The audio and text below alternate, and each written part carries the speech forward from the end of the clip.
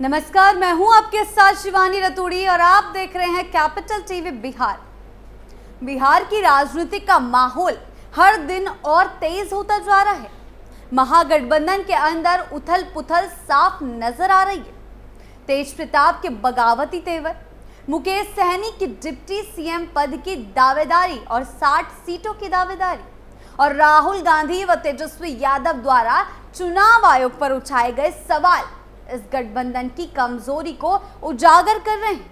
ऐसे समय में सबसे बड़ा सवाल यह है कि महागठबंधन आखिर कब अपने मतदाताओं के सामने एक साफ सुथरा और भरोसेमंद विजन पेश करेगा, क्योंकि फिलहाल जनता को जो दिख रहा है वे केवल अंदरूनी कलह और आरोप प्रत्यारोप की राजनीति है, जो उनके विश्वास को कमजोर कर रही है। क्या कुछ चल रहा है बिहार की राजनीति में, आइए जानते हैं विस्तार से।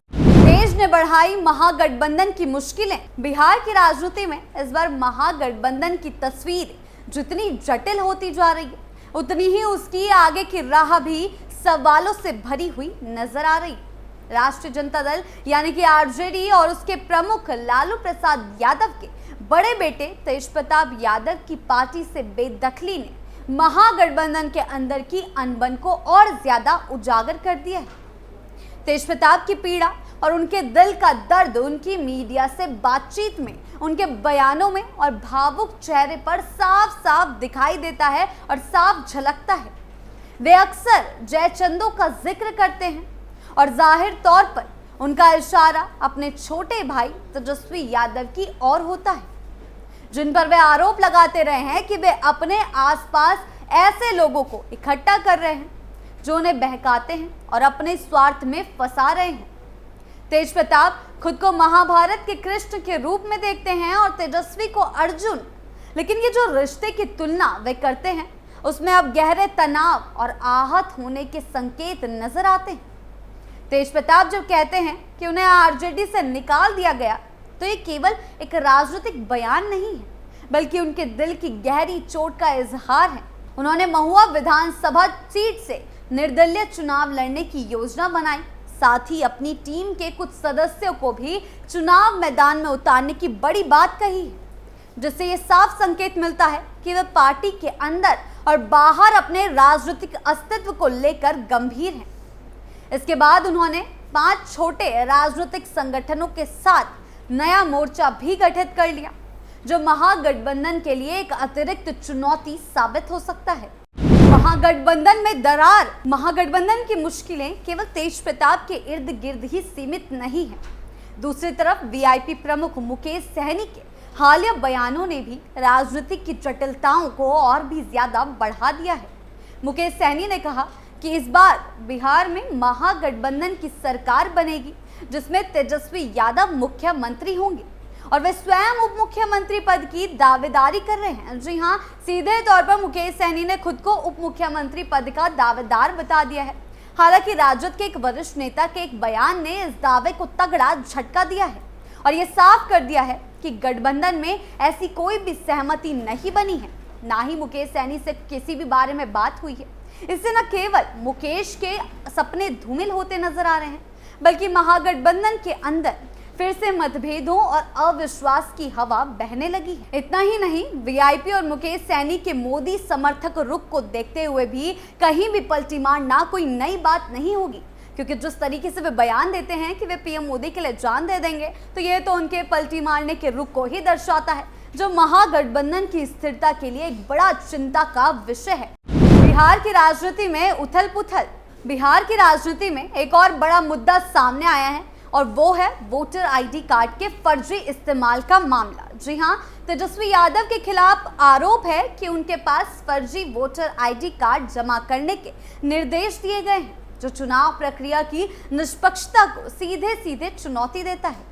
इसमें ईसी ने यह भी कहा है कि 16 अगस्त की शाम 5 बजे तक फर्जी प्रतीत होने वाले एपिक कार्ड को और वोटर आईडी कार्ड को, एपिक नंबर वाले वोटर आईडी कार्ड को जमा करने के निर्देश जारी किए गए हैं और ये मामला महागठबंधन की चुनावी छवि को नुकसान पहुंचा सकता है, क्योंकि जनता के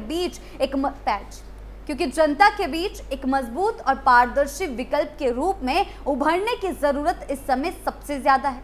अब सवाल ये उठता है कि जब जनता को चुनाव के वक्त एक स्पष्ट, मजबूत और भरोसेमंद विकल्प की जरूरत होती है, तब महागठबंधन के नेता किस तरह के बयान दे रहे हैं। तेजस्वी यादव खुद आरोप प्रत्यारोप की राजनीति में उलझे हुए हैं।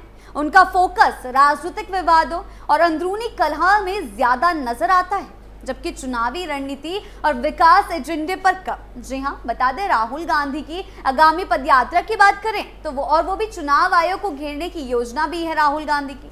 उनका महागठबंधन की रणनीति में एक नया राजनीतिक आयाम जोड़ती है, जो लेकिन ये भी तेजस्वी के लिए मुश्किलें बढ़ा सकती है, क्योंकि वे इन अंदरूनी घेराबंदी और आरोप प्रत्यारोप के बीच पूरी तरीके से फंसे हुए हैं। जी हाँ, एक और राहुल गांधी हैं, एक और तेजस्वी यादव हैं, जो पूरे के पूरे महागठबंधन एक तरफ से उलझी हुई है। महागठबंधन की सबसे बड़ी चुनौती है कि वो खुद में एक एकता और सामंजस्य नहीं बना पा रहे।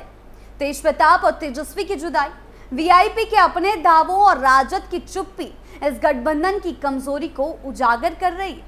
बिहार की जनता एक ऐसी सरकार चाहती है जो स्थिर और पारदर्शी हो, लेकिन महागठबंधन की इस हालत में इसका सपना अधूरा लगता है। तेजस्वी यादव की नेतृत्व क्षमता पर सवाल उठाना, उनके राजनीतिक कदमों की आलोचना और उनके खिलाफ फर्जी वोटर कार्ड जैसे आरोप इस गठबंधन की छवि को धूमिल करते हैं। आगे क्या होगा ये समय बताएगा, लेकिन फिलहाल महागठबंधन के सामने एक बड़ा सवाल ये है कि क्या वे अपने भीतर के फूट को खत्म कर एकजुट होकर जनता के सामने एक मजबूत विकल्प के तौर पर पेश हो पाएंगे, या फिर से उनकी राजनीति की उलझनें और गहरी होती जाएंगी, जिससे पक्ष को यानी कि एनडीए को सीधा सीधा फायदा होगा, क्योंकि एक और एनडीए चुनावी दावे, चुनावी स्टंट खेल रही है और बिहार की राजनीति में नया मोड़ आएगा, ये देखने वाली बात होगी। तेज प्रताप का नया मोर्चा, वीआईपी के दावे और वोटर आईडी विवाद ये संकेत दे रहे हैं कि आने वाले चुनाव महागठबंधन के लिए आसान नहीं होंगे।